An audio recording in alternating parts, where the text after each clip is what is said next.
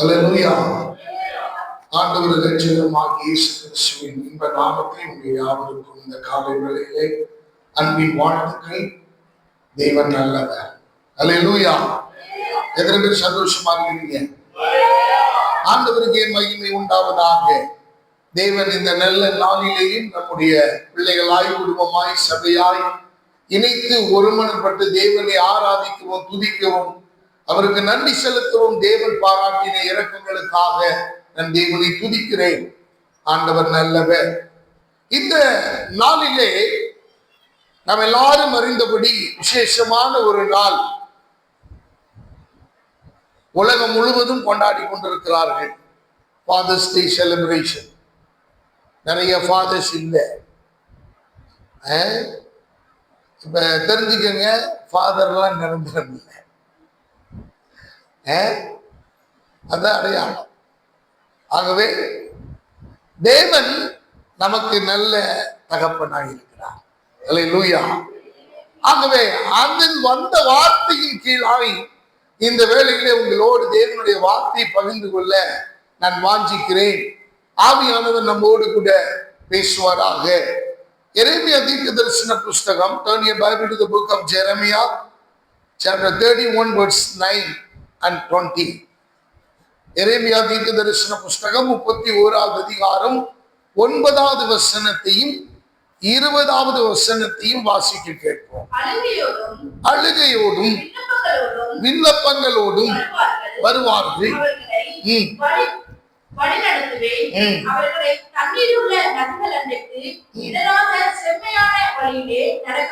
நடக்க பண்ணுவேன்.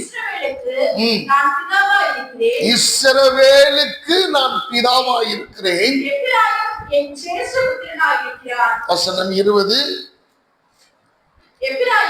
எப்பிராயீம் அருமையான குமாரன் அல்லவோ, அவன் எனக்கு பிரியமான பிள்ளை அல்லவோ, அவனை நினைத்து கொண்டே இருக்கிறேன். ஆகையால் என் உள்ளம் அவனுக்காக கொதிக்கிறது, அவனுக்கு உருக்கமாய் இறங்குவேன் என்று கர்த்தர் சொல்லுகிறார். வசனத்தின் மீது கைகளை வைப்போம்.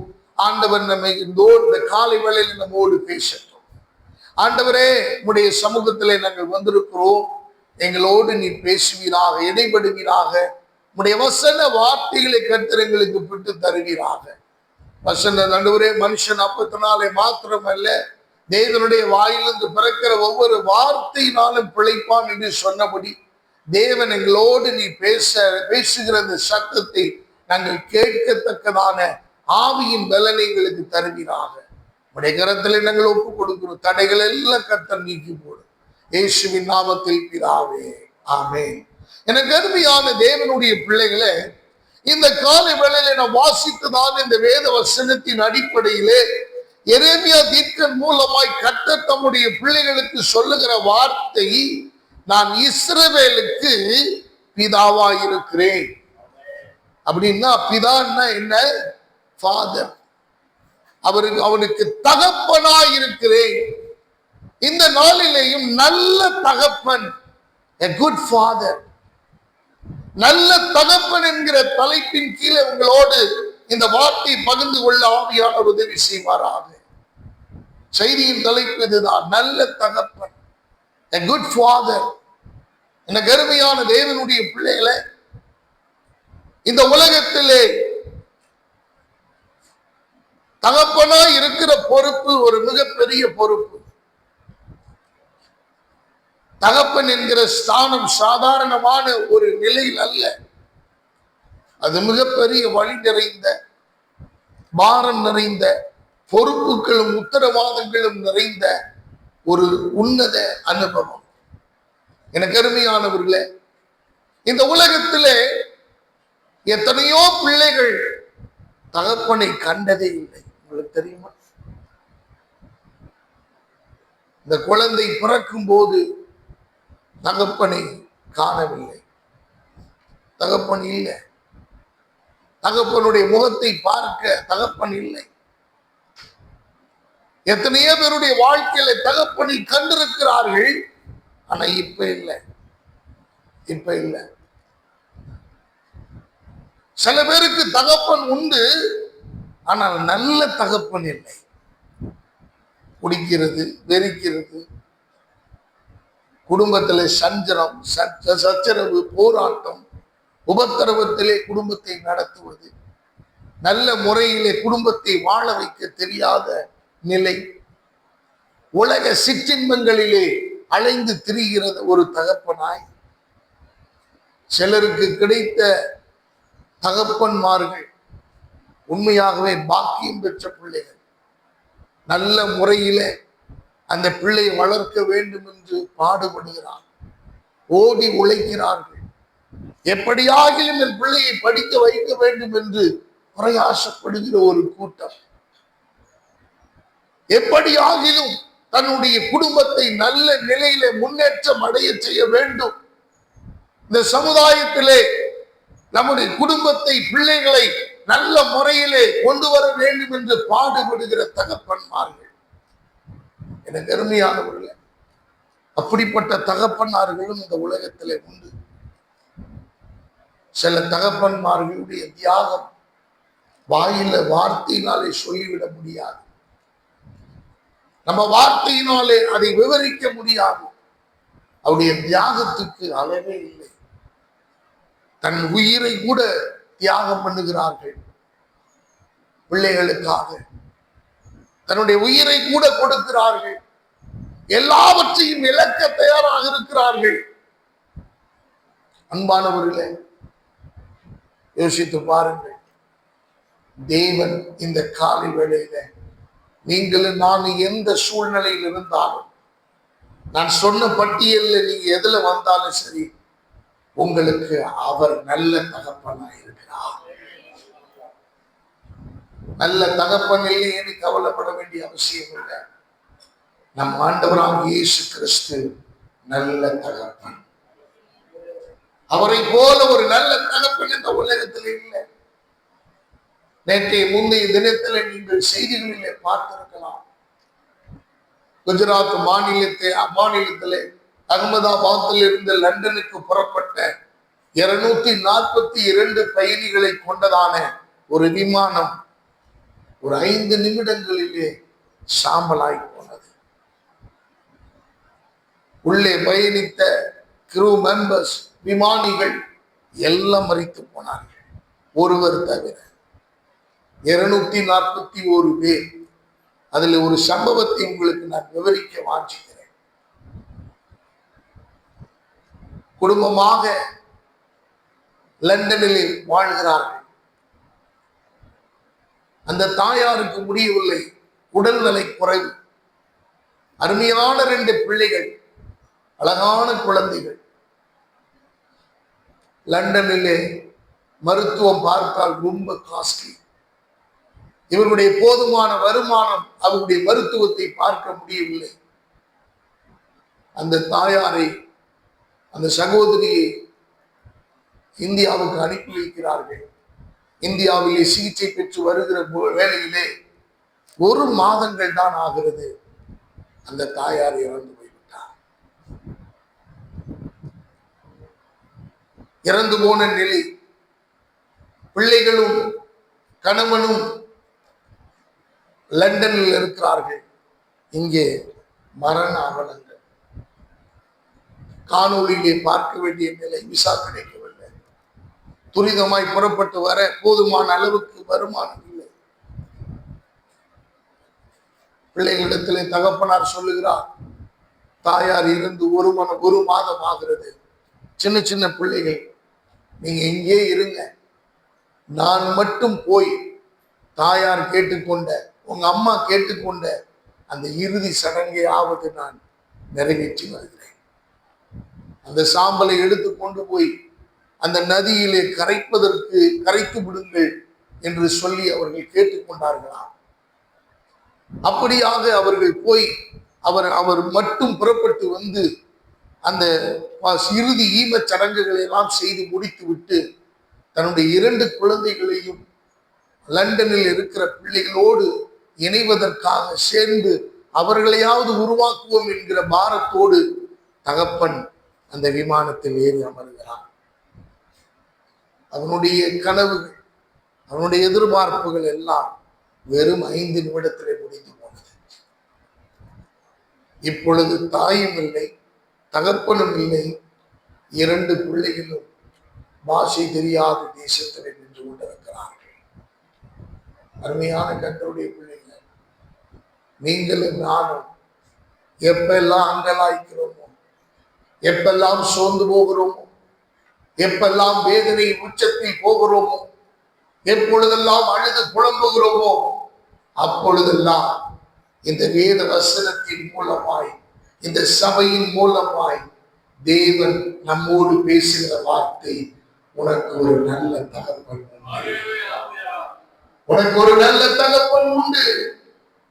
எனக்கு அருமையான தேவனுடைய பிள்ளைகளை, தகப்பனை இழந்தவனுக்கு தான் தெரியும், இழந்த பிள்ளைகளுக்கு தான் தெரியும் அந்த வேதனை என்னவென்று. எனக்கு அருமையான தேவனுடைய பிள்ளைகளை, தகப்பன் இருக்கும் போது அதனுடைய அருமை புரிகிறதில்லை, அதனுடைய விளைவு புரிகிறதில்லை, அவருடைய தியாகங்கள் புரிகிறதில்லை, அவர்களுடைய எவ்வளவு பாடுபட்டு வேர்வை சிந்தி உழைத்த உழைப்புகள் புரிகிறதில்லை. ஆனால் அவர்கள் இல்லாமல் இருக்கும் போதுதான் அதனுடைய அருமை விளங்குகிறது. இயேசு சொல்லுகிறான், இஸ்ரவேலுக்கு நான் தகப்பனாக இருக்கிறேன். எனக்கு அருமையான தெய்வ பிள்ளைகளை, 20வது வசனம் சொல்லுகிறது, எரேமியா தீர்க்கன் மூலமாய் 31வது அதிகாரம் 20வது வசனத்தை வாசிப்போமானால், எப்ராயிமே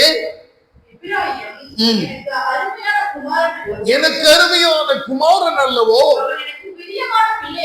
பிரியமான பிள்ளை அல்லவோ,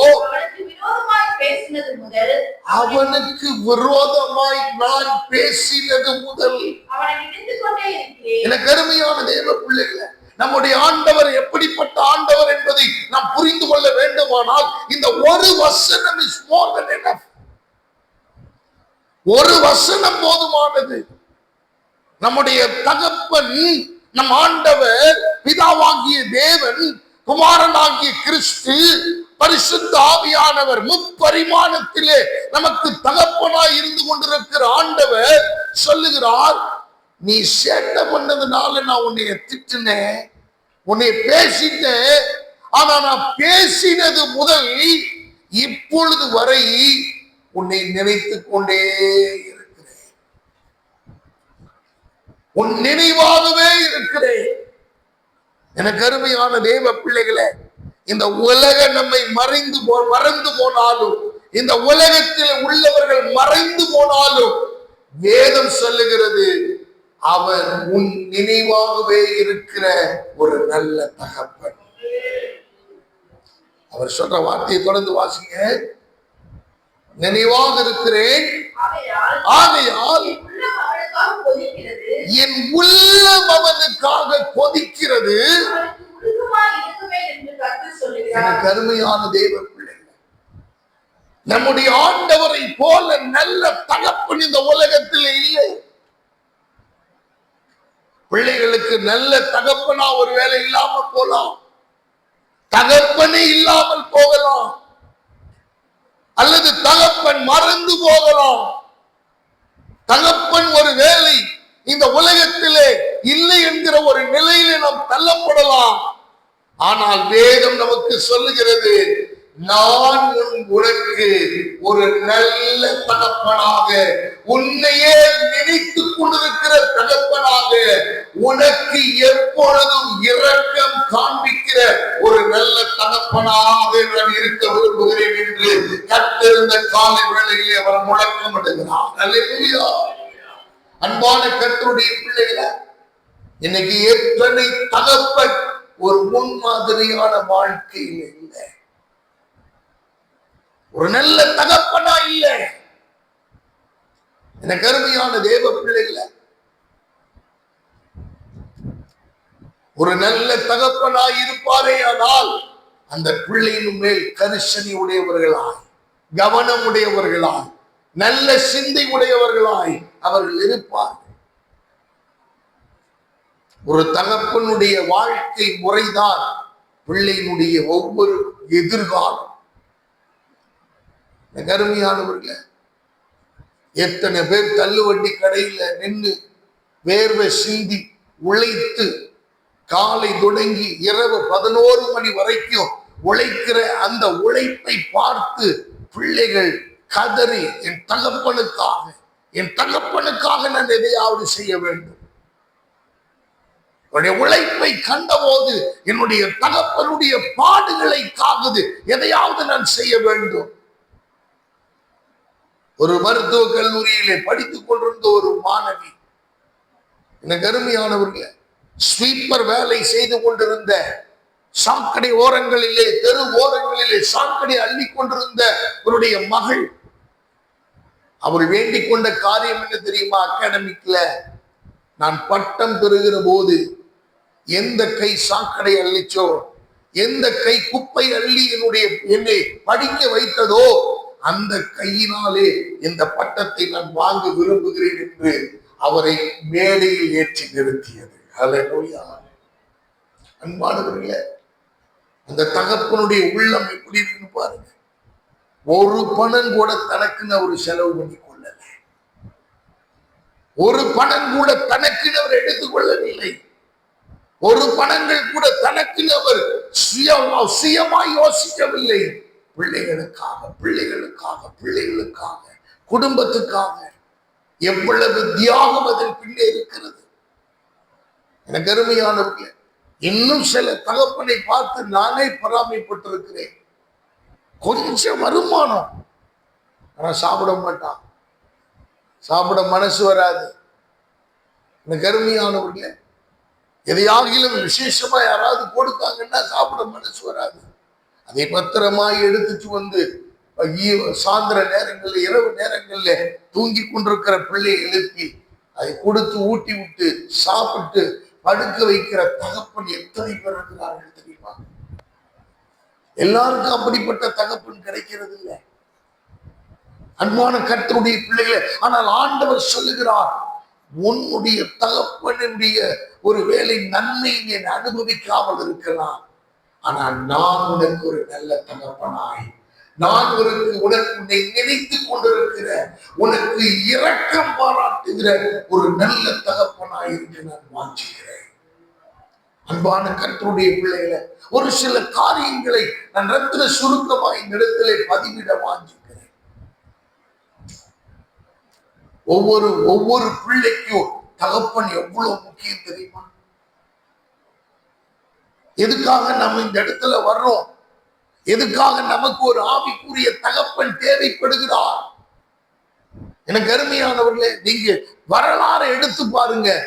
எந்த உறவுகளில் எல்லாம், எந்த இடங்களில் எல்லாம் சபையிலே தேவன் அபிஷேகம் பண்ணி வைத்திருக்கிற ஆவிக்குரிய தகப்பனை புறக்கணிக்கிறார்களோ அங்கெல்லாம் படுதோல்வியும் நஷ்டமும் அடைந்து கொண்டேதான் இருக்கிறது. விமோச்சனமே இல்லை. எனக்கு அருமையான தேவ பிள்ளைகள், எங்கெல்லாம் நம்முடைய பரம தகப்பனை நாம் புறக்கணித்து தள்ளுகிறோமோ அங்கெல்லாம் இன்னும் விமோச்சனம் இல்லை, விடுதலை இல்லை, சமாதானம் இல்லை, நிம்மதி இல்லை. அப்ப ஆண்டவர் பார்க்கிறார், நமக்கு ஒரு நல்ல தகப்பனாய். ஆதாமுக்கு ஏவாளுக்கு யாருங்க தகப்பன்? ஆண்டவர். ஆதாமே, நீ எங்கே இருக்கிறாய்? Where are you, my dear? நீ எங்கே இருக்கிற? தோட்டத்தை உருவாக்கின்றது ஆண்டவர். தோட்டத்தில் எங்க ஒளிந்திருந்தாலும் ஆண்டவருக்கு தெரியும். ஆனால் ஆண்டவர் கேட்கிற, ஆதாமே நீ எங்கே இருக்கிறாய்? ஏன் தெரியுமா? அவர் நல்ல தகப்பன், நாம செய்கிறவைகளை அறிந்த தகப்பன், நம்முடைய உள்ளத்தை ஆராய்ந்து பார்க்கிற தகப்பன், நம்முடைய சூழ்நிலைகளை புரிந்து கொள்ளுகிற நல்ல தகப்பன். அன்பான கர்த்தருடைய பிள்ளைகளே, ஆகவே அந்த தகப்பன் எப்படிப்பட்டவராய் அவர் இருக்கிறார், வேதத்தில் எப்படிப்பட்டவராய் இருந்தார், முற்பிதாக்களுக்கு எப்படிப்பட்ட தகப்பனாய் இருந்தார் என்பதை வேத வசனத்தின் ஆதாரங்களை கொண்டு நான் எவ்வளவு சுருக்கமாய் உங்களுக்கு விவரிக்க முடியுமோ விவரிக்க நான் வாஞ்சிக்கிறேன். நீங்கள் கூர்ந்து கவனியுங்கள். முதலாவது காரியம், ஆண்டவர் சங்கீதத்தின் புஸ்தகம் 68வது அதிகாரம் 5வது வசனத்தை வாசிக்க கேட்போம். நம்முடைய பரிசுத்த வாசஸ்தலத்திலே தேவன் திக்கற்ற பிள்ளைகளுக்கு தகப்பனும் எனக்கு அருமையான கர்த்தருடைய பிள்ளைகளே, வேதம் சொல்லுகிறது திக்கற்ற பிள்ளைகளுக்கு அவர் தகப்பன். திக்கற்ற பிள்ளைகள் யார்? கைவிடப்பட்டவர்கள், ஆதரவில்லாதவர்கள், சிலருடைய வாழ்க்கையில இருந்து பிரயோஜனம் இல்லாத நிலையிலே வாழ்ந்து கொண்டிருக்கிற ஒரு அகதிகளை போல வாழ்ந்து கொண்டிருக்கிறவர்கள், ஒரு பிடிமானம் இல்லாதவர்கள். வேதம் சொல்லுகிறது திக்கற்ற பிள்ளைகளுக்கும் தகப்பன் இல்லாத பிள்ளைகளுக்கும் தகப்பனை இழந்தவர்களுக்கும் தகப்பனை பறிகொடுத்தவர்களுக்கும் தகப்பன் இருந்து பிரயோஜனம் இல்லை என்கிற நிலையில வாழ்ந்து கொண்டிருக்கிற ஒவ்வொருவருக்கும் அவர் நல்ல தகப்பனாக இருக்கிறார். அல்லேலூயா.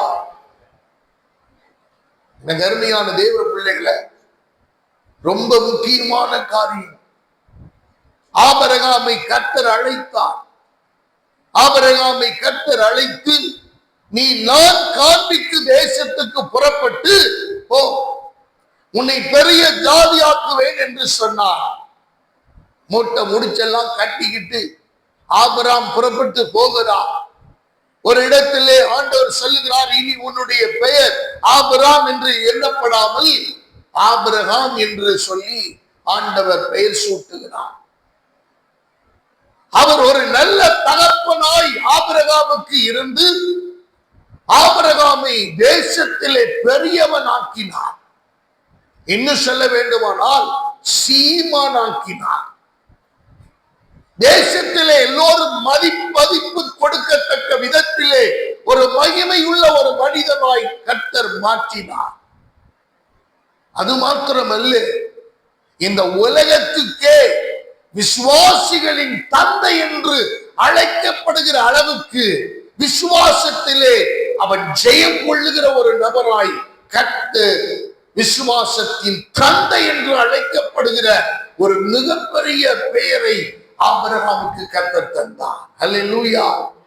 அன்பான கர்த்தருடைய பிள்ளைகளை, ஆண்டவர் ஆபிரகாமுக்கு திக்கற்ற நிலைமையிலே, தேசம் தெரியாது, ஊர் தெரியாது, பாஷை தெரியாது, கலாச்சாரம் தெரியாது, அங்கிருந்த சூழ்நிலை தெரியாது, போதுமான அளவு தன்னிடத்துல ஒன்றும் இல்லை, இருந்த போதும் கர்த்தருடைய வார்த்தை, தகப்பனுடைய வார்த்தையை அல்ல தட்டாத ஆபிரகாம் தேவனால் உயர்த்தப்பட்டார்.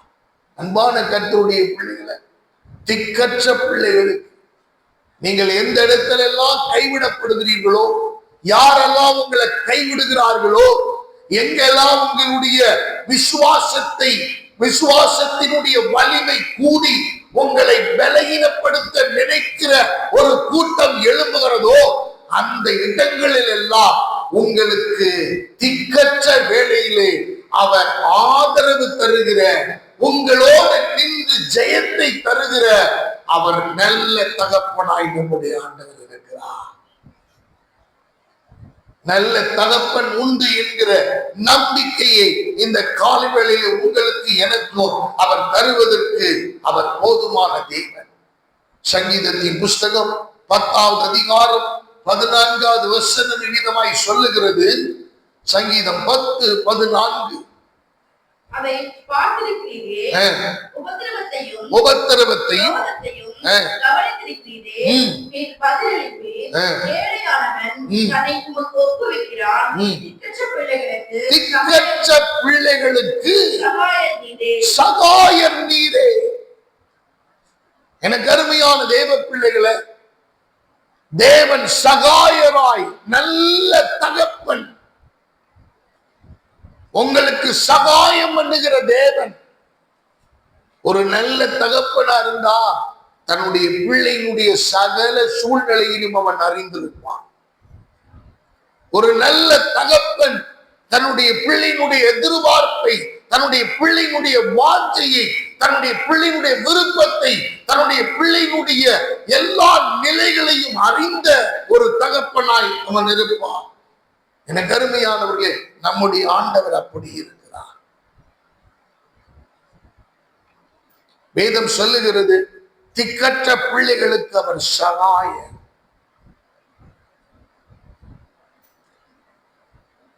நாங்கள் சிறுபிராயத்தில் இருந்த போது நாங்கள் ஒரு ஹாஸ்பிட்டல் ஒரு ஓடு வீட்டுல நாங்க குடியிருந்தோம். நாங்க இருந்தது வாடகை வீடு. பக்கத்துல 2 பையனுங்க, அவங்க வீட்லயே 2 பையனுங்க. அவர் தகப்பனார் மூட்டை தூக்குறவர், கடுமையான உழைப்பாளி, சைக்கிள் கூட கிடையாது.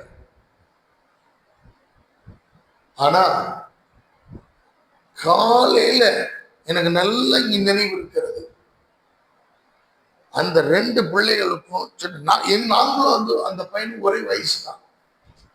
எப்படி நானும் மேஷாக்கு எப்படியோ அதே போல அவங்க 2 பேரும். ஆனா தகப்பனார் எனக்கு இன்னும் நினைவில் இருக்கிறது, டெய்லி காலையில் அப்ப எல்லாம் பால் வாங்கி டீ வைக்கிறதெல்லாம் வாய்ப்பு இல்லை, எல்லாம் கடையில போய் வாங்கிட்டு வருவாங்க டீ. அப்படிப்பட்ட காலம். 20 காசு பார்சல், 20 பைசே, 20 காசே இல்லை. பாத்தீங்கன்னா 2 பேருக்கும் கை முறுக்கு வாங்கிட்டு வருவார். அவங்க எங்களை பார்த்துக்கிட்டே அந்த டீல முக்கி முக்கி சாப்பிடுவாங்க.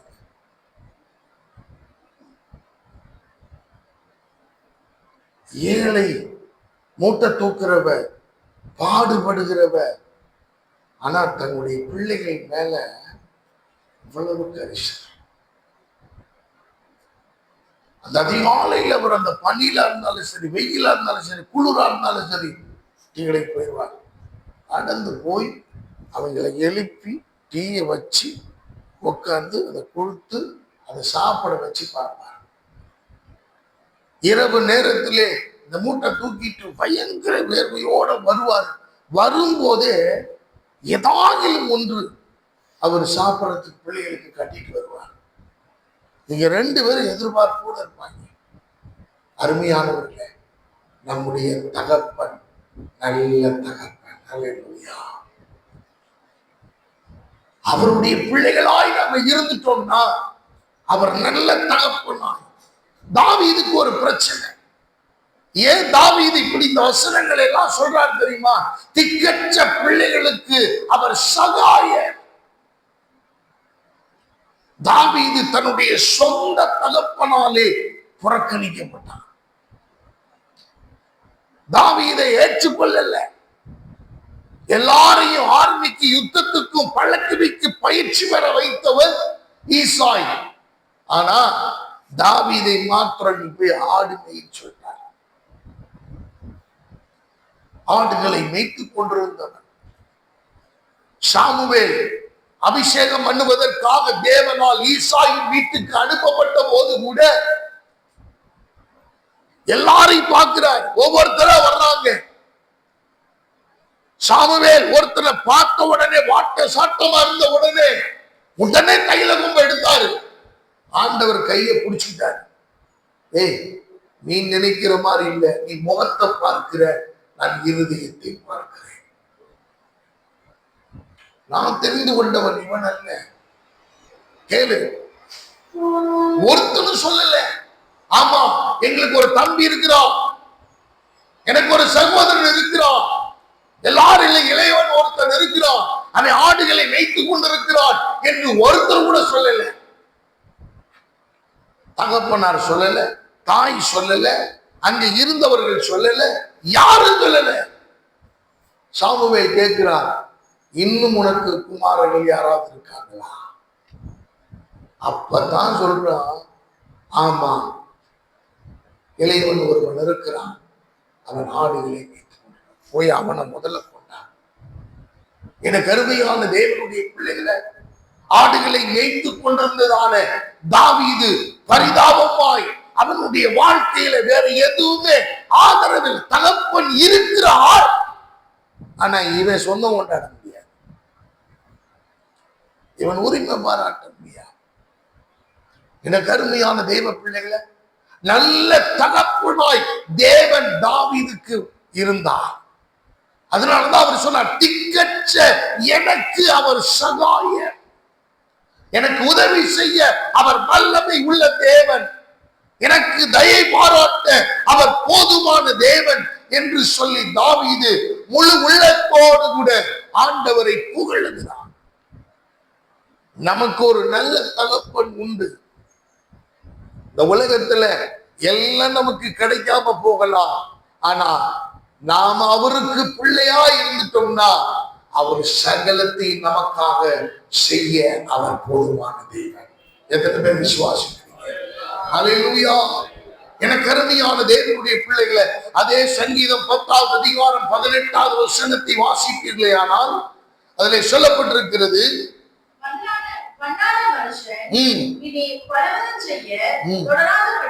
தொடராதபடிக்கு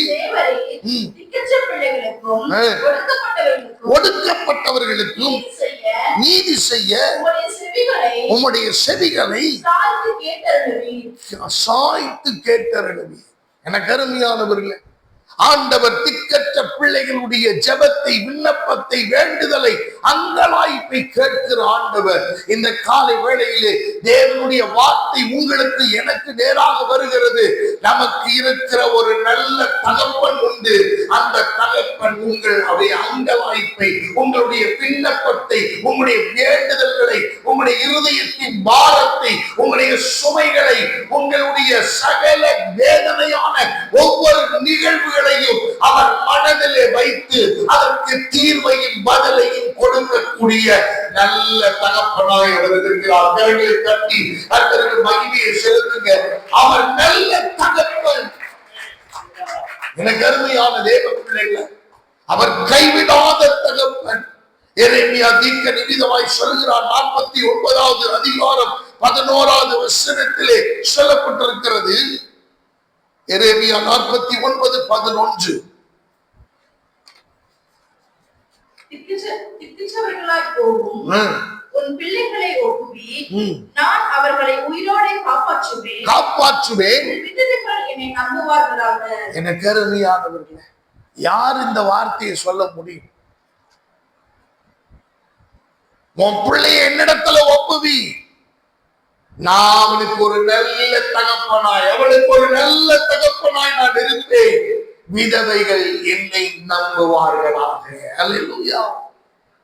எனக்கு அருமையான தேவ பிள்ளைகள், நம்முடைய பிள்ளைகளை நம்முடைய பரம தகப்பனுடைய கரத்திலே நாம் ஒப்பு கொடுப்போமே ஆனால் அவர் நம்மை விட ஒரு நல்ல சிறந்த தகப்பனாய் இருந்து நம்முடைய பிள்ளைகளை காப்பாற்றவும், நம்முடைய பிள்ளைகளை வழிநடத்தவும், நம்முடைய பிள்ளைகளை உயர்த்தவும், நம்முடைய பிள்ளைகளை தேவனுக்கு முன்பாக நீதிமான்களாக, பரிசுத்தவான்களாக, உத்தமர்களாக, தேவனுக்கு பயப்படுகிறவர்களாக, கல்வியில் சிறந்தவர்களாக இந்த தேசத்திலே, சமுதாயத்திலே, சபையிலே தேவனுக்காக பயன்படும் பாத்திரங்களாக அவர்களை உருவாக்க நம்முடைய நல்ல தகப்பன் வல்லமை உள்ளவராக இருக்கிறார். அருமையான தேவ பிள்ளைகளை, உடைய பிள்ளைகளை கர்த்தரிடத்துல ஒப்புவிக்க நாம் கற்றுக்கொள்ள வேண்டும். அவர் நல்ல தகப்பன், நம்மை விட அவர் சிறந்தவர். விதவைகள் அவர்களை நம்புவார்களாக. என்ன தகப்பன் கிடையாது அந்த பிள்ளைக்கு, இந்த பிள்ளைக்கு தகப்பன் கிடையாது. சிங்கிள் பேரண்ட், தகப்பன் இல்லாமல் தாயார் எத்தனை பேர் பிள்ளைகளை கடினமான பாதையிலே வளர்க்கிறார்கள். அதுவும் ஒரு தேவன் ஒரு நல்ல தகப்பனா இல்லாம, சர்ச்சுக்கு வராம, தேவனை அறிஞ்சோ ஆண்டவருக்கு முக்கியத்துவம் கொடுக்காம, வேதத்தை படிக்காம, சொல்றதையும் கேட்காம, ஊழியருக்கு அடங்காம இருக்கும் போது அந்த தாயாரும் அந்த பிள்ளைகளும் எப்படி தவிப்பார்கள் தெரியுமா? ஆண்டவர் அவங்களுக்கு தான் சொல்றாரு, அந்த பிள்ளைகளை கர்த்தரிடத்துல ஒப்புவி, கர்த்தர் பார்த்துக் கொள்ளுவார். வசனம் எவ்வளவு அழகா சொல்லு. அப்ப ஆண்டவர் திக்கற்ற பிள்ளைகளுக்கு அவர் தகப்பன். இரண்டாவது சொல்லப்பட்டிருக்கிறது, அவர் இறங்குகிற, இரக்கம் பாராட்டுகிற தகப்பன். சங்கீதம் 103வது அதிகாரம் 13வது வசனம் விகிதமாய் சொல்லுகிறது, சங்கீதம் 103:13. இறங்குகிற தகப்பன், தகப்பன் தன் பிள்ளைகளுக்கு இறங்குவது போல கர்த்தர் தமக்கு பயந்தவர்களுக்கு இறங்குகிறார். அவர் நமக்கு நல்ல தகப்பன். ஏன்னா அவர் இரக்கம் உள்ளவர். யாரெல்லாம் ஆண்டவருக்கு பயப்படுகிறார்களோ அவர்களுக்கு ஆண்டவர் இறங்குகிறார், இரக்கம் பாராட்டுகிறார், இரக்கம் செய்கிறார். எனக்கு அருமையான கர்த்தருடைய பிள்ளைகளை, தேவனை மாத்திரமே நம்பிக்கையாக கொண்டிருந்தவன் யோபு.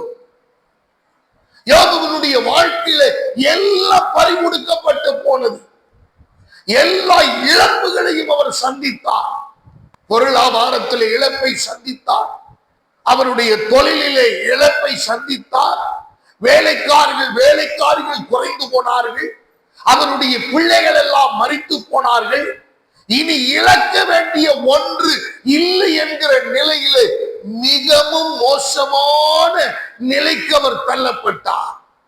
ஆனால் வேதம் சொல்லுகிறது, யோபு அவர் என்னை கொன்று போட்டாலும் என் தேவன் மேல் நான் நம்பிக்கையாயிருப்பேன்.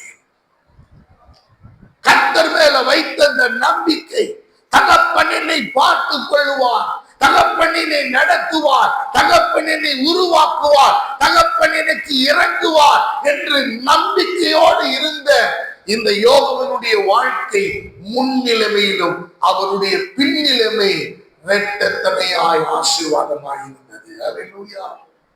அருமையான கர்த்தருடைய பிள்ளைகளை, அதுக்கு காரணம் என்ன? தேவனுடைய அளவு கடந்த இரக்கம். ஒரு நல்ல தகப்பனாய் ஆண்டவர் இறங்கினார், இறங்கி தயவு பாராட்டினார். 31வது அதிகாரம் எரேமியா தீர்க்கதரிசன புஸ்தகம் 20 நம்ம வாசித்தோம். இஸ்ரவேலுக்கு நான் தகப்பனாய் பிதாவாய் இருக்கிறேன். எப்ராஹிம் எனக்கு அருமையான குமாரன் அல்லவோ, அவன் எனக்கு பிரியமான பிள்ளை அல்லவோ, அவனுக்கு விரோதமாய் பேசினது முதல் அவனை நினைத்து கொண்டே இருக்கிறேன். ஆகையால் என் உள்ளம் அவனுக்காக கொதிக்கிறது, அவனுக்கு உருக்கமாய் இறங்குவேன் என்று கர்த்தர் சொல்லுகிறார். ஆண்டவருடைய இரக்கம் எவ்வளவு நன்மையானதாக இருக்கிறது. தாவீது உப்பரியின் மேல் இருந்து பத்சேபாலை பார்க்கிறான், பத்சேபால் மேல் விருப்பம் கொள்ளுகிறான். அதனாலே அவன் ஒரு கொலைகாரனாய் மாறுகிறான். அந்த கொலையுடைய வீரியம் தேவனுக்கு அருவருப்பாய் இருந்தது. ஆகவே தேவன் நாத்தான் தீர்க்கதரிசியின் மூலமாய் ஒரு எச்சரிப்பை தாவீதுக்கு கொடுக்கிறார். தாவீது அப்பொழுது தேவ சமூகத்திலே விழுந்து அவன் பண்ணுகிற ஜெபம் என்ன தெரியுமா? 51வது சங்கீதம் 1வது வசனத்திலே இவ்விதமாய் சொல்லப்பட்டிருக்கிறது, தேவனே உமது கிருபையின்படி எனக்கு இறங்கும், உமது மிகுந்த இரக்கங்களின்படி என் மீறுதல்கள் என்னை சுத்திகரி, எனக்கு இரக்கம் பாராட்டும் என்று தாவீது ஜெபம் பண்ணுகிறான், அழுகிறார், புலம்புகிறார். இரக்கம் செய்கிற தேவன். எனக்கு அருமையானவர்களே, வேதம் சொல்லுகிறது 1000 முறை மட்டும், 1000 தலைமுறை மட்டும் நான் இரக்கம் செய்கிறவனாக இருக்கிறேன். அல்லேலூயா. நம்முடைய ஆண்டவர் இரக்கங்களின் தகப்பன். நீங்களும் நானும் ஆண்டவர்கிட்ட நம்ம தவறுகிறவர்கள், நம் மீறுகிறவர்கள், நம் சியாதீனர்கள், நம் பலவீனர்கள், நாம் எல்லாரும் நம்ம தடுமாடுகிறவர்கள் தான். ஆனால் தேவனிடத்திலே விண்ணப்பம் பண்ணுகிற போது, தேவனிடத்திலே கெஞ்சுகிற போது, தேவனிடத்திலே முறையிடுகிற போது ஆண்டவர் இன்னும் ஒரு தருணத்தை கொடுத்து அவர் இரக்கம் செய்கிற தேவனாக இருக்கிறார். அல்லேலூயா. தாவீதுக்கு கர்த்தர் இரக்கம் செய்தார், இரக்கம் உள்ள தேவனாய் இருந்தார். தாவீதை மீண்டும் துளிர்விடும்படி செய்தார். தாவீது என் இருதயத்துக்கு ஏற்ற தாசன் என்று தேவன் சொல்லுகிற நிலைக்கு ஆண்டவர் உயர்த்தினார். இன்னும் ராஜ்யபாரங்களை கொடுத்தார், இன்னும் வாழ்வாதாரத்தை கொடுத்தார், இன்னும் தேவைகளை சந்தித்தார். எனக்கு அருமையானவர்களே, ஆண்டவருக்கு பிரியமாய் நாம் இருக்கும்போது, அவருக்கு பிள்ளைகளாய் இருக்கும்போது, அவர் நமக்கு இறங்குகிற தகப்பனாய் இருந்து நம்முடைய சகலவற்றையும் அவர் அறிந்து செயல்படுகிற தேவனாய் இருக்கிறார். சங்கீதம் 56:1 வாசிப்போம், 57:1 வாசிப்போம். 56:1, 57:1. தேவனே எனக்கு இறங்கும். மனுஷன் என்னை விழுங்க பார்க்கிறான், நாள்தோறும் போர் செய்து என்னை ஒடுக்குகிறான். 57:1. எனக்கு இறங்கும். தேவனே எனக்கு இறங்கும். அண்டிக் கொள்ளுகிறது. விக்கினங்கள் கடந்து போக மட்டும் உமது செட்டைகளின் நிழலிலே எனக்கு அருமையான தெய்வ பிள்ளைகளை, அவருடைய செட்டைகள் தகப்பன் அந்த அந்த எப்படி கோழி தன் குஞ்சுகளை கூட்டி சேர்ப்பது போல நம்முடைய தகப்பன் அவர் நம்மை கூட்டி சேர்க்கிறார். செட்டைகளிலே அடைக்கலம் போகும்படியாக, அவருடைய பாதுகாப்புக்குள்ள வரும்படியாக. எதுக்குங்க சபைக்கு வந்துருன்னு நம்ம போராடுறோம்? நிர்மூலமாகாம இருக்கணும்னா அவருடைய செட்டைகளின் அடைக்கலத்திலே வந்து சேர்ந்துடணும். நீங்கள் நாடு துன்மார்க்கரோடு அழியாமல் இருக்க வேண்டுமானால் அவருடைய செட்டைகளின் நிழலிலே வந்து தஞ்சம் அடைய வேண்டும். அவர் நமக்கு நல்ல தகப்பனாய் இருந்து நமக்கு ஒரு நல்ல பாதுகாப்பை கொடுக்க வேண்டும் என்று ஆண்டவர் விரும்புகிறார். எனக்கு அருமையான கர்த்தருடைய பிள்ளைகளை, தேவன் எவ்வளவு நல்லவர். நோவா ஒரு நல்ல தகப்பன், தேவனுக்கு கீழ்ப்படிந்த பிள்ளை. தன்னுடைய பிள்ளைகளை கர்த்தருக்கென்று ஆவாயப்படுத்தி பேழைக்குள்ளே கொண்டு வந்து நிறுத்தும் வரைக்கும் அவர் படாத பாடுபடுகிறார், பல சிரமங்களை அனுபவிக்கிறார். ஒரு நல்ல தகப்பனாய் தன்னுடைய காரியங்களை கர்த்தருக்கு முன்பதாக நிறைவேற்றுகிறார். அதனாலதான் வேதம் சொல்லுகிறது, எல்லாரும் விட நோவாவுக்கு கர்த்தருடைய கண்களில் கிருபை கிடைத்தது, இரக்கம் கிடைத்தது. அவருடைய இரக்கம் நமக்கு தேவை.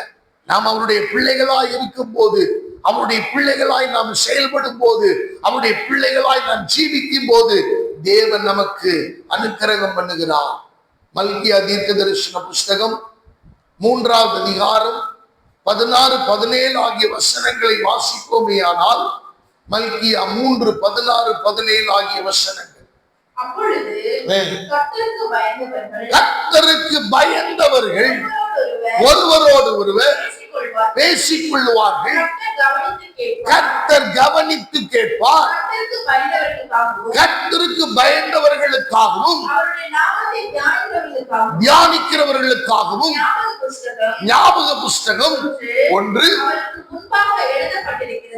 எனக்கு அருமையான கர்த்தருடைய பிள்ளைகளை, ஞாபக புஸ்தகம் 1 அவருடைய கண்ணுக்கு முன்பாக வைக்கப்பட்டிருக்கிறது.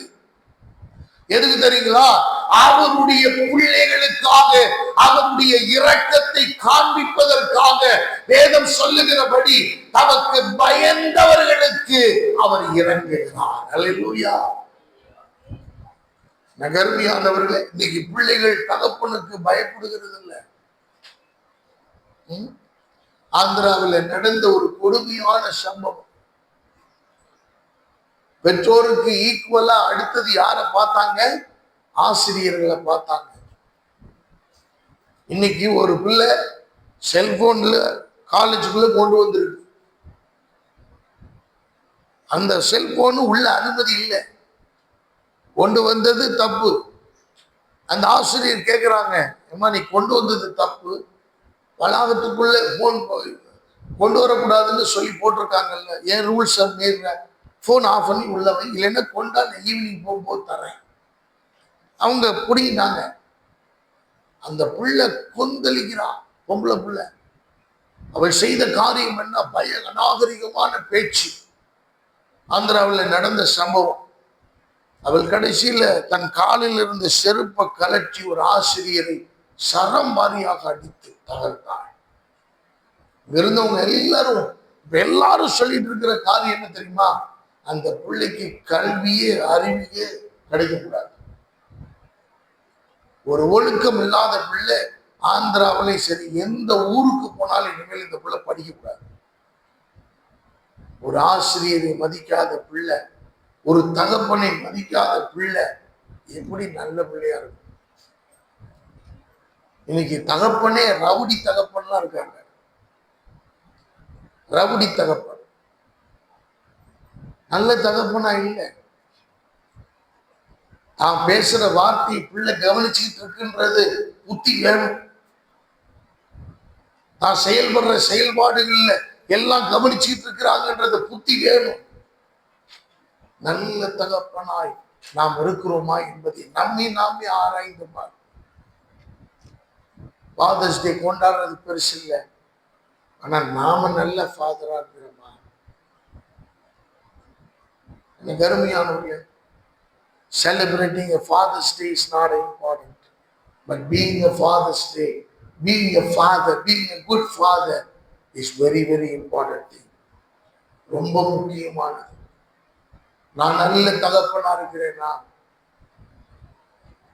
என் பிள்ளைகளுக்கு நான் நல்ல தகப்பனாய் நான் இருக்கிற, நல்ல சொல்லிக் கொடுக்கிற, எல்லாவற்றிலையும் முன்மாதிரியான தகப்பனாய் இருக்கிறேனா? அன்பானவர்களே, நம்மை நாமே ஆராய்ந்து பார்ப்பது நல்லது. நம்முடைய தகப்பன் ஆண்டவர், அவர் நல்ல தகப்பன், இறங்குகிற தகப்பன், திக்கற்ற பிள்ளைகளுக்கு அவர் தகப்பன். மூன்றாவது, எபிரேய ஆக்கியம் மிக அழகாய் சொல்றார். நீதிமொழிகள் 3:13 வாசிங்க. நீதிமொழிகள் 3:13. ஞானத்தை கண்டடைகிற மனுஷனும் புத்தி சம்பாதிக்கிற மனுஷனும் பாக்கியவான்கள். அதின் வர்த்தகம் 3 நீதிமொழிகள் 3:13. ஞானத்தை அதானா? எத்தனாவது வசனம்? 12 வாசிங்க. தகப்பன் தான் நேசிக்கிற புத்திரனை சிட்சிக்கிறது போல கர்த்தரும் எவனிடத்தில் அன்பு கூறுகிறாரோ சிட்சிக்கிறார். நம்முடைய நல்ல தகப்பன் சிட்சிக்கிற தகப்பன், கண்டிக்கிற தகப்பன். என்ன கருமையான தேவ பிள்ளைகளை, கண்டிக்கிற தகப்பன் தான் நமக்கு தேவை. ஓ, இன்னைக்கு சண்டை போட்டுட்டு வந்தியாமா? சண்டை போட்டுட்டு வந்தியா? நீ தான் ஜெயிச்சிய சண்டையில, ரொம்ப சந்தோஷம் அப்படின்னா அது நல்ல தகப்பன் இல்லை, நல்ல பிள்ளையும் அல்ல. சண்டை போட்ட 2 இறுக்கி எதுக்கு நீ போய் சண்டை போட்டுட்டு வந்த? நீ சண்டை, அவங்க சண்டை போட்டாலும் நீ பொறுமையால வரணும் அப்படின்னு சொல்ற தகப்பன் தான் நல்ல தகப்பன். என்ன கருமையான தேவ பிள்ளைகளை, நல்ல கவனிங்க. ஆண்டவர் சொல்றாரு, தான் யார் அதிகமாய் அன்பு கூறுகிறாரோ அவர்களை தான் தகப்பன் சிட்சிக்கிறார். அதே போல நம்முடைய ஆண்டவர் யாரிடத்தில் அதிக அன்பு வைத்திருக்கிறாரோ அவர்களை என்ன செய்கிறார்? சிட்சிக்கிறார், கடிந்து கொள்ளுகிறார். நான் பல முறை நான் யோசிச்சிருக்கேன், ஆண்டவரே ஏதாவது ஒண்ணு போனா படக்குன்னு ஒரு அடி கொடுத்துருவீங்க, படக்குன்னு அடி உளுந்துருது, ஏதாவது ஒண்ணு பண்ணிடுவீங்க. இவங்க எல்லாம் பெரிய தெரியுறாங்களே, ஃபுல் டைமா இருக்காங்க, ஃபுல் டைமா அதே பொழப்பா இருக்காங்க. அவங்க எல்லாம் ஒண்ணுமே நடக்க மாட்டேங்குது. ஆண்டவர் ஏன் தெரியுமா நமக்கு உடனே கொடுக்குறாரு? நம்மை மிகவும் நேசிக்கிற தகப்பன், அன்பு பாராட்டுகிற தகப்பன். ஒரு சின்ன காரியமானாலும் டக்குனு மண்டையில ஒரு தட்டிடுவார். அன்பானவர்களே, ஆனா உலகத்தானுக்கு அல்லது தேவனை அறியாதவர்களுக்கு அப்படிப்பட்ட பாக்கியம் இல்லை. ஆண்டவர் கண்டித்து உணர்த்துகிறார். இப்ப இதுல நல்ல கவனிக்கணும். எபிரேய ஆக்கியோன் ஒரு சில விஷயங்களை அவர் சொல்றாரு பாருங்க. வாசிங்க 12வது அதிகாரம், எபிரேயர் 12 5வது வசனத்திலிருந்து எல்லாரும் எடுத்துக்கொள்ளுங்க. Everyone turn your Bible to the book of Hebrews chapter 12 verse 5 onwards. 5வது வசனத்திலிருந்து வாசிங்க. அன்றியும் கர்த்தருடைய சிட்சையை, உன் தகப்பனுடைய சிட்சையை நீ அற்பமாக எண்ணாத. தொடர்ந்து வாசி. அவரால் கடிந்து கொள்ளப்படும் போது சோர்ந்து போகாதே. நீ என்ன செய்யாத? பாஸ்டர் திட்டுனா அவ்வளவுதான், அடுத்த வாரம் சர்ச்சுக்கு வர மாட்டாங்க. ஏன்னா இவர் எப்படி என்னை திட்டலாம், இவர் எப்படி சொல்லலாம்? நீ ஆவிக்குரிய தகப்பன நீ பார்த்தா தானே உனக்கு நான் சொல்றது விளங்கும். உன் மண்டைக்குள்ளதான் அப்படிப்பட்ட ஒரு எண்ணமே இல்லையே, அப்படிப்பட்ட சிந்தையே இல்லையே. நீ என்னோட போட்டி போடுற, என்னோட போட்டி போடுற. அன்பான தேவனுடைய பிள்ளைகளை நீ போட்டி போட்டு ஜெயிக்கலாம் முடியாது. அந்த ஜெயத்தை உனக்கு தரவும் மாட்டாரு கர்த்தர். ஏன்னா தேவன் எங்களை அழைத்த அழைப்பு அபிஷேகமும் வித்தியாசமானது. உன்னை அழைத்த அழைப்பும் தெரிந்து கொள்ளுதல் வித்தியாசமானது. எத்தனை பேருக்கு புரியுது? அல்லேலூயா. அது வித்தியாசமானது. அன்பான கர்த்தருடைய பிள்ளைகளே, அப்ப தேவன் நமக்கு நல்ல தகப்பனா இருந்தார். அவர் கடிந்து கொள்ளும் போது நீ அதை என்ன செய்யக்கூடாது? அற்பமா எண்ணக்கூடாது, நீ அசட்டை பண்ணக்கூடாது. அது நம்முடைய நன்மைக்காகத்தான் கர்த்தர் அந்த கண்டிப்பை நமக்கு கொடுக்கிறார். கருமையான தேவ பிள்ளைகளை, பிறம்பை கையாடாதவன் தன் பிள்ளையை பகைக்கிறான். பிறம்பு அப்பப்ப வேலை செய்யணும், 2 அடி போடணும், 2 சேட்டை சொல்லணும், கண்டிக்கணும், திட்டணும், இதெல்லாம் நடக்கணும். அப்பதான் நல்ல தகப்பன் அந்த பிள்ளையை நல்ல முறையில வளர்க்க முடியும். எனக்கு அருமையான தேவ பிள்ளைகள், இது என்னன்னாலும் செஞ்சுட்டு வரும், ஊரவே வம்பிழுத்துட்டு வரும், தெருவில் நின்று சண்டை போட்டு வரும். வாப்பிள்ள, வாப்பா, வாசாமி, நல்ல சண்டை போட்டியா, கூல்ட்ரிங்க்ஸ் ஏதாவது குடிக்கிறியா? இது நல்ல தகப்பனும் இல்லை, நல்ல பிள்ளையும் இல்லை. இது சீர்கெட்டதாக தான் போகும். கண்டிப்பு அவசியம், கண்டிப்பு தேவை. எனக்கு அருமையானவரு, பிள்ளையாண்டானை நீ கண்டிக்க வேண்டிய விதத்துல நீ கண்டிக்கணும் அப்படின்னு வேதம் தெளிவாய் நமக்கு சொல்லி கொடுக்கிறது. தொடர்ந்து வாசிங்க. எபிரேயர் சொல்றாரு, இதெல்லாம் நீங்க மண்டலம் பண்ணி வச்சுக்கோங்க. எவரிடத்தில் அன்பு கூறுகிறாரோ சிட்சித்து சேர்த்து கொள்ளுகிற எந்த மகனையும் மகளையும் கண்டிக்கிறார் என்று பிள்ளைகளுக்கு சொல்லுகிறது போல உங்களுக்கு சொல்லி இருக்கிற புத்திமதியை மறந்து போனீர்கள். இருந்தால் தேவன் உங்களை புத்திரராக பிள்ளைகளாக எண்ணி நடத்துகிறார். புத்திரன் உண்டோ? கிடையாதிருந்தால் நீங்கள் புத்திரராயிராமல். அருமையானவர்களே, இந்த வார்த்தை ரொம்ப முக்கியமானது. உன்னைய கர்த்தர் கண்டிச்சார்னாதான் நீ அவருடைய பிள்ளை. இல்லைன்னா நீ யாருடைய பிள்ளைன்னு பைபிள் சொல்லுது? வேசியின் பிள்ளை. பயங்கரமான வார்த்தை. நீ கண்டிப்ப விரும்பணும், கண்டிப்ப நீ நேசிக்கணும், கண்டிப்ப முக்கியப்படுத்தணும். இந்த கண்டிப்ப நீ உதாசீனப்படுத்தினா நீ கர்த்தருடைய பிள்ளை கிடையாது, நீ வேசியின் பிள்ளை, நீ பேலியாளின் மக்கள். எனக்கு அருமையானவர்களே, ஏலி ஒரு நல்ல பாஸ்டர், ஆனா ஒரு நல்ல தகப்பனா இல்லை. ஒரு நல்ல தகப்பனா இல்லாததுனால தன்னுடைய பிள்ளைகளை ஒப்பனியும் பின்னராசையும் கண்டிக்காமல் போனதுனால தேவனுடைய உக்கிர கோபம் அவர்கள் மேல இறங்கி அவர்கள் அங்கே யுத்தத்திலே மரித்து போனார்கள்.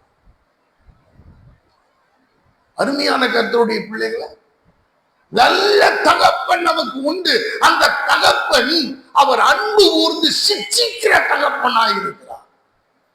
நம்ம ஆண்டவர் கண்டிக்கிறார். நாம தவறா போகும்போது, நம்ம தவறா பேசும்போது, அல்லது தவறா செயல்படும் போது, அல்லது தவறான ரூட்ல நம்மை அறியாமலேயே இழுத்து கொண்டு போகிற போது தேவன் நம்மை கண்டித்து, நம்மை சிட்சித்து, நம்மை திசை திருப்பி அவருடைய பாதையிலே கொண்டு வந்து நிறுத்துகிறார். அருமையான தேவ பிள்ளைகளை, ஒரு விஷயத்தை நான் சொல்றேன். ஒரு ஆவிக்குரிய தகப்பனா நான் சொல்ற ஆலோசனைகள் உங்களுக்கு சூழ்நிலைக்கு பொருந்தாமலே இருக்கலாம். நான் சொல்றதை நல்ல கவனிங்க. ஒரு ஆவிக்குரிய தகப்பனாய் உங்களுக்கு நான் சொல்றேன், தேவனுடைய பலிபீடத்தில் இருக்கிற நான், என்னை கர்த்தர் அபிஷேகம் பண்ணி இந்த மந்தைக்கு ஆவிக்குரிய தகப்பனாய் வைத்திருக்கிற தேவன் எனக்கு கொடுத்த ஆலோசனையை உங்களுக்கு நான் சொல்லும் போது உங்கள் சூழ்நிலைகளுக்கு அது பொருத்தமே இல்லாமல் இருக்கலாம். ஆனா ஏன்னு கேள்வி கேட்காம நீங்க கீழ்ப்படிஞ்சீங்கன்னா உங்களுக்கு நல்ல பலன் உண்டு, நல்ல பலன் உண்டு, பிரதிபலன் உண்டு, ஆசீர்வாதம் உண்டு, மேன்மை வளர்ச்சி உண்டு, நீங்கள் பாதுகாக்கப்படுவீர்கள். ஆனா இவர் என்ன சொல்றது, நான் என்ன கேட்கிறது, மீறி நீங்கள் செய்வீர்களே. ஆனால் இவர் சொல்றது ஏன் சூழ்நிலைக்கு பொருத்தமா வரல, ஆகவே நான் அதை கேட்க மாட்டேன் அப்படின்னா நீங்க கேட்க வேணாம். ஆனா நீங்க பெருசா அனுபவிக்க வேண்டியது இருக்கும். எனக்கு அருமையான தெய்வ பிள்ளைகளை, நான் கண்ட காட்சி இன்னும் அதை நான் பார்த்து கொண்டுதான் இருக்கிறேன். ஒரு சிறிய காரியம், ஒரு சிறிய வேலை, ஒரு சிறிய விஷயம்தான், அதற்கு கீழ்ப்படியாமல் போனதுனாலே அதுக்காக கொடுக்கப்பட்ட கிரயங்கள் நிறைய, அந்த இழப்புக்கு ஈடுகட்டவே முடியாமல் இன்னும் நிறைய கிடக்கிறது. அன்பானவர்களே, அப்ப தேவன் நம்மை அன்பு கூர்ந்து அவர் சிக்ஷிக்கிறார், கடிந்து கொள்ளுகிறார். நீங்க கடிந்து கொள்ளுதலை வெறுக்க முதல்ல. ஊர்ல போற வரவெல்லாம் நம்மள சொல்ல முடியாது. நான் அடிக்கடி நான் சொல்லுவது உண்டு. என்ன அப்படின்னா, நமக்கு ஞானி நம்ம நினைச்சிட்டோம்னா, நான் செய்யறது சரின்னு நினைச்சிட்டோம்னா, நம்ம இன்னும் இருக்கிறதுலே வடிகட்டின முட்டாள் நம்ம தான். சரிங்களா? ஏன்னா நாம சரின்னு நினைக்கிற நிறைய விஷயங்கள் எதிர நின்று பார்க்கும் போது அது தவறாக என்ன செய்யும் வரும். நாம் ஆராய்ந்து கலந்து தெரிந்து புரிந்து ஒரு சிலருடைய ஆலோசனையை பெற்றுத்தான் நாம் முடிவெடுக்க வேண்டும். நம்மளே சுயமா இதுதான் நான் எடுக்கிற முடிவு எப்போ தீர்க்கமா கரெக்டா இருக்குன்னு நம்ம நினைச்சிட்டோம்னா நம்முடைய வாழ்க்கை படுதோல்விதான். கண்டிப்பு அவசியமானது. பிள்ளையினுடைய இருதயத்துல மதியிலும் ஒட்டி இருக்கும், பிறப்பு அதை என்ன செய்யுமா அகற்றும்.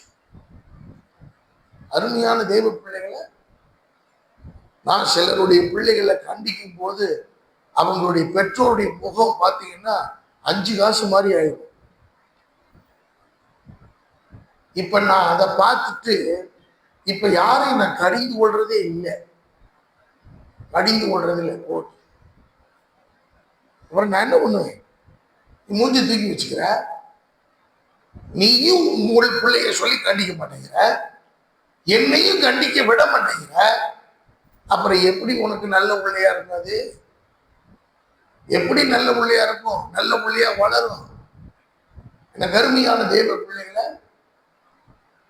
அப்ப தேவனுக்கு நாம ஒண்ணு ஆண்டவர்கிட்ட ஒப்பு கொடு, இல்ல ஊழியக்காரன்ட்ட சரண்டர் ஆகுது. அதுக்கு சொல்லு. ஒரு ஆள் சொல்லுது, உங்க வார்த்தையெல்லாம் பிள்ளை கேட்காது, உங்க வார்த்தையெல்லாம் என் பிள்ளை கேட்காது. சரி, கேட்காட்டி போகுது, யாருக்கு நஷ்டம்? யாருக்கு நஷ்டம்?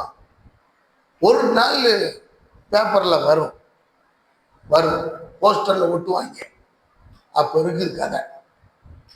அருமையானவர்களே, இதெல்லாம் நடக்கக்கூடாதுன்னு நம்ம சொல்றோம். ஆனால் அவர்கள் புரிந்து கொள்ள கண்டிக்கிற, அப்ப தேவ கண்டிப்பு இல்லையானால் ஆண்டவரே சொல்றாரு எபிரேய ஆக்கின் மூலமாக, நீ கண்டிச்சு வளர்க்கப்பட்டா நீ கர்த்தருடைய பிள்ளை. உன்னை கண்டிப்பு நீ விரும்பாம இருந்தீன்னா நீ வேசியின் பிள்ளை. நீ யாருடைய பிள்ளைங்கிறத நீ முடிவு பண்ணு. எனக்கு இங்க கண்டிப்பு இருக்கும், யாரா இருந்தாலும் சரியில்லைன்னு சொல்லத்தான் செய்வாங்க. அருமையான தெய்வ பிள்ளைகள், பெரியவங்க இருக்கும்போது, தகப்பன் ஸ்தானத்துல இருக்கும்போது சொல்லுவாங்க, நீ அதை கேட்கணும், அதுக்கு கீழ்ப்படி. உன்னை யாரு சொல்லக்கூடாத அளவுக்கு நீ உன்னை சரி பண்ணிக்க. அருமையான தெய்வ பிள்ளைகளை. அப்ப அடுத்து தொடர்ந்து வாசிங்க. அன்றியும் சிக்ஷிக்கும் போது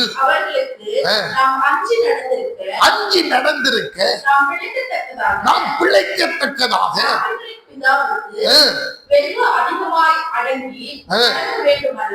உச்செடுத்துட்டு துரத்திட்டு வர்ற அப்பாவுக்கு நம்ம பயந்து நடக்கிறோம்னா, நம்முடைய தகப்பனாகி இருக்கிற ஆண்டவருக்கு நாம் எவ்வளவு அதிகமாய் பயந்து நடக்க வேண்டும் என்பதை இந்த வசனம் நமக்கு வலியுறுத்துகிறது. அருமையானவர்களே, நாம எத்தனை வயசு உள்ளவங்களா இருந்தாலும் நமக்கு தகப்பன் ஆண்டவர். அவருக்கு நாம் அஞ்சி நடக்கணும், அவருக்கு பயந்து நடக்கணும். அவருக்கு பயந்து நடக்கிற வாழ்க்கை தான் ஆண்டவர். அப்பத்தான் நம்மளை பிள்ளையா ஏற்றுக்கொண்டு அவர் நமக்குரிய வேலை செய்கிறார். இல்லைன்னா அவர் விட்டுறார். ரைட், நீ பண்றத பண்ணு. இந்த கருமையான தேவனை தொடர்ந்து வாசிங்களேன்.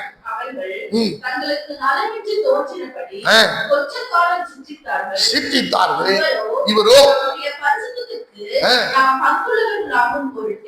ஆண்டவர் பரிசுத்தத்துக்கு பங்குள்ளவர்களாகும் பொருட்டு. பாருங்க, நம்முடைய பிரயோஜனத்துக்காகவே நம்மளை கர்த்தர் என்ன செய்யறாரு? ஒரு நல்ல தகப்பனாய் கடிந்து கொள்ளுகிறார். லேட்டா வந்து ஆசிரியர் திட்டுவாங்களா, திட்ட மாட்டாங்களா? நம்ம சபைக்கு லேட்டா வந்தா ஒரு ஆசாரியனா, ஒரு தகப்பனா நான் கேட்பேனா, கேட்க மாட்டேன்னா? ஜெபத்துக்கு வான்னா வரணுமா, வரக்கூடாதா?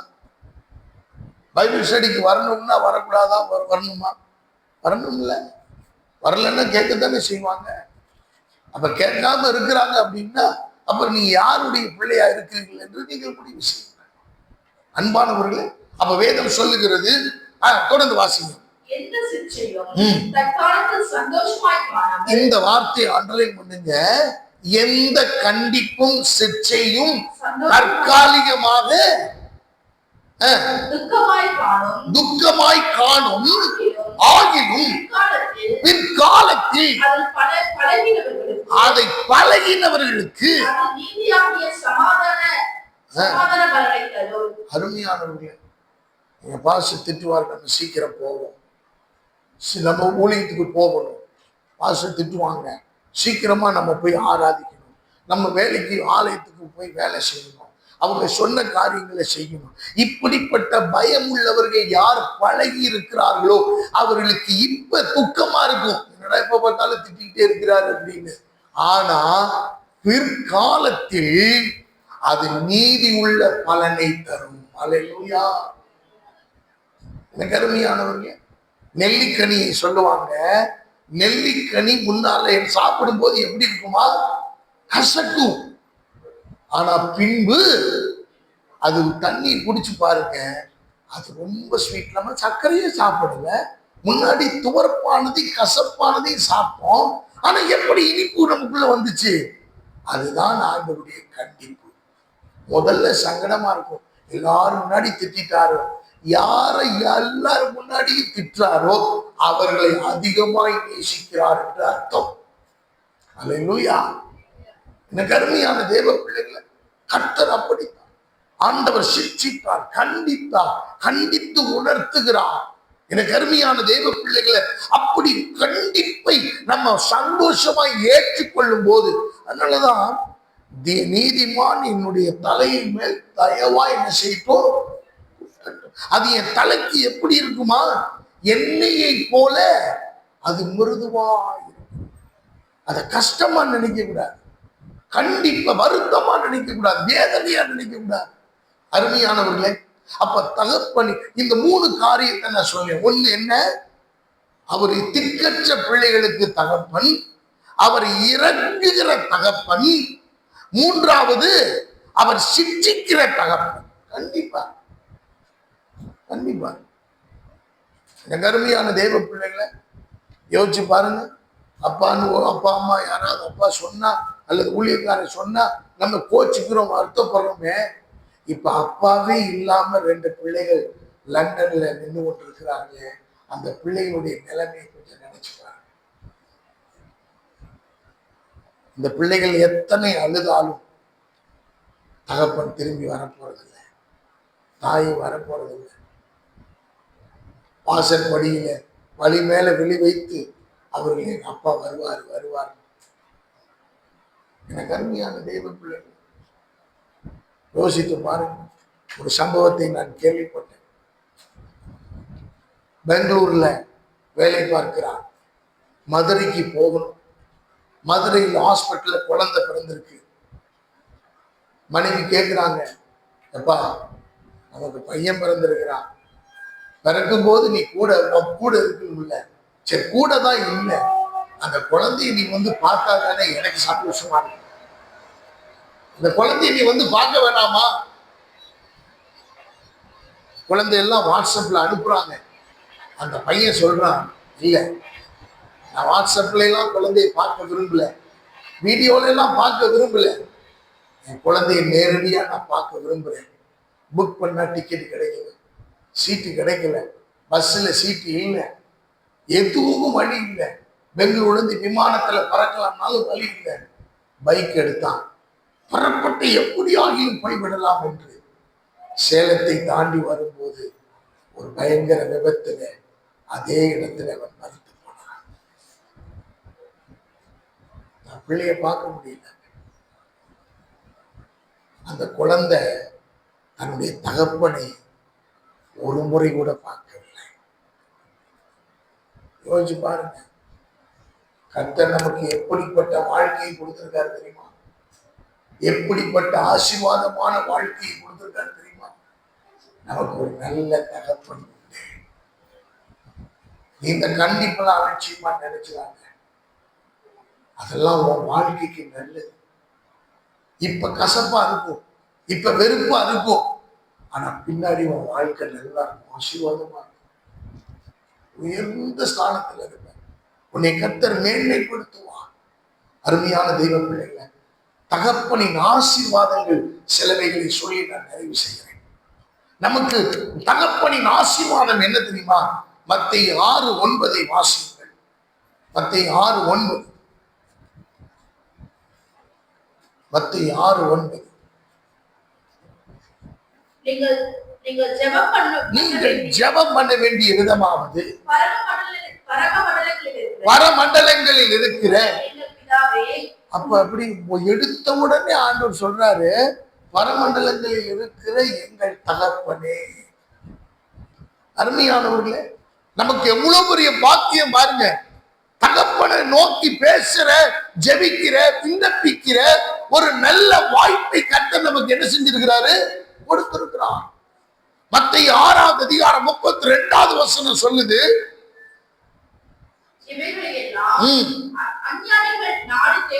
அஞ்ஞானிகள் நாடி தேடுகிறார்கள்,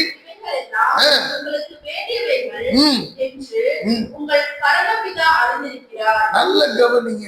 தகப்பன் நம்முடைய தேவைகளை அறிந்திருக்கிறது போல நம்முடைய பிதாவாகிய தேவன் நம்முடைய தேவைகள் நம்முடைய சிந்தையில் உருவாகும் முன்னே அவர் அறிந்திருக்கிறார். அல்லேலூயா.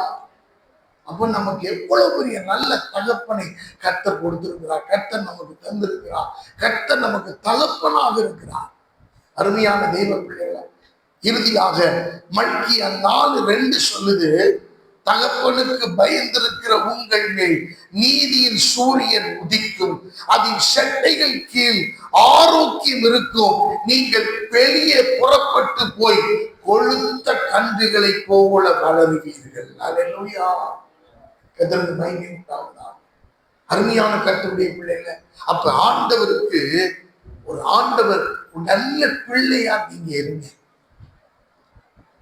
உங்க பிள்ளைய கர்த்தர்ட்ட ஒப்பு கொடுங்க. நீங்க ஒரு நல்ல தகப்பனா இருக்க முயற்சி செய்யுங்க. எனக்கு அருமையானவர்களே, உங்களுக்கு தகப்பனே இல்லைன்னாலும் பரவாயில்ல, நீங்கள் எதிர்பார்த்த அளவில் அந்த தகப்பன் இல்லைன்னாலும் பரவாயில்ல, நம்முடைய பரம தகப்பன் நாம் எதிர்பார்த்ததை விட நமக்கு ஒரு நல்ல தகப்பனா இருந்து நம்மை செயல்படுத்தவும் நம்மை கண்டிக்கவும் நமக்கு இறங்கவும் திக்கற்ற வேளையிலே உதவி செய்யவும் சகாயராய் இருந்து நடத்தவும் அவர் போதுமான தேவனாயிருக்கிறார். அன்பானவர்களே, நீங்க எந்த நெருக்கடி வேளையிலும் தகப்பனை நோக்கி கூப்பிடுகிற ஒரு எண்ணமுடையவர்களாக இருங்க. எதுக்கு நாங்க ஆலோசனை பண்ணோம்? எதுக்கு ஊழியக்காரனா ஒரு ஆசாரியனா தேவன் உங்களுக்கு ஆலோசனை கொடுக்க வைக்கிறார்? எல்லாரும் ஆலோசனையை ஃபாலோ பண்றது இல்லை. என் காது படவே நிறைய பேர் பேசியிருக்கிறாங்க. அவர் சொல்றதெல்லாம் கேட்காதீங்க. சரி, யாரு சொல்றதை கேட்க? நீ நல்ல ஆலோசனை சொல்லிருவியா? நீ அந்த குடும்பத்தாருக்கு ஒரு 10 லட்சம் ரூபாய் கொடுத்து அந்த குடும்பத்தை முன்னேற்றிட உன்னால முடியுமா? நீயே தகடத்தை போட்டுட்டு இருக்கிற. உன் கடனை கட்டவே இன்னும் 10-15 பேர் வேணும். அருமையான தேவ பிள்ளைங்க, எதுக்கு ஊழியக்காரனுடைய ஆலோசனை மிக முக்கியமானதுன்னு சொல்றோம்? அந்த ஆலோசனையில ஜீவன் உண்டு. அந்த ஆலோசனையில கர்த்தர் இருக்கிறார். அந்த ஆலோசனையில தேவனுடைய கிருபா வரங்கள் உண்டு. அந்த ஆலோசனையில தேவ ஞானம் உண்டு. அதை கேட்டு நீ தப்பிச்சுக்க. எனக்கு அருமையான தேவ பிள்ளைங்க, சோதனை காலம் வரும்போது தேவன் சோதனையோடு கூட அப்படியே விட்டுறது இல்லை. ஆண்டவர் அதிலிருந்து தப்பித்துக் கொள்ளும்படியான போக்கையும் கர்த்தர் உண்டாக்குகிறவர். தீர்க்கதரிசியினுடைய ஆலோசனைய விதவை கேட்டான். ஒன்று இருக்கிறது கொஞ்சம் மாவுதான், கொஞ்சம் என்னதான், ஆனா முதல்ல நீ கொடு. அந்த ஆலோசனையை கேட்ட அந்த ஜனமே பஞ்சகால தீரு மட்டும் அவனுடைய வீட்டில எண்ணெயும் மாவும் குறையாது இருந்தது. குறையவே இல்லை. தீர்க்கதரிசி எலிசாவினுடைய வார்த்தையை கேட்டால், நான் என்ன பண்றது, கடன் பிரச்சனை பெருசா இருக்கு, நீ இதை செய். அவள் போய் அதை செய்தாள். அந்த எண்ணெயை விற்று நீயும் கடனை தீர்த்து விட்டு மீதம் உள்ளதை வைத்து நீயும் உன் பிள்ளைகளும் ஜீவனம் பண்ணுங்கள் என்று ஆலோசனை கொடுத்தார். அருமையானவர்கள், ஆலோசனை கண்டிப்பா நீங்க ஏற்றுக்கொள்ள பழகுங்க. கண்டிப்பா அவசியமானது. நமக்கு ஒரு நல்ல தகப்பன் உண்டு. அந்த நல்ல தகப்பனுக்கு நீங்க பிள்ளைகளா இருக்க பிரயாசப்படுங்க. ஆண்டவர் உங்களை கண்டிக்கலைன்னா உங்க நிலைமை வேற. ஆண்டவர் கண்டிச்சார்னா உங்களுடைய நிலைமை ஆசீர்வாதத்துக்கு நேராய் கொண்டு போகப்படும். அப்படியே கண்களை மூடி ஆண்டவர் பேசுகிற வார்த்தைகளுக்காக ஸ்தோத்திரம் பண்ணி கர்த்தரை மகிமைப்படுத்தும். கர்த்தர் நல்லவர். நல்ல பிதாவே, நல்ல நேரத்துக்காக நன்றி செலுத்துகிறோம். எங்களோடு பேசின வார்த்தைகளுக்காக நன்றி. இந்த நாளிலே ஆண்டவரே, இந்த நல்ல தகப்பன் என்கிற தலைப்பின் கீழே எங்களோடு உறவாடின வார்த்தைகளுக்காக ஸ்தோத்திரம். மகிமையின் தேவன் உங்களுடைய பிரசன்னத்தை அனுபவிக்க உதவி செய்ததற்காக கோடான கோடி நன்றி செலுத்துகிறோம்.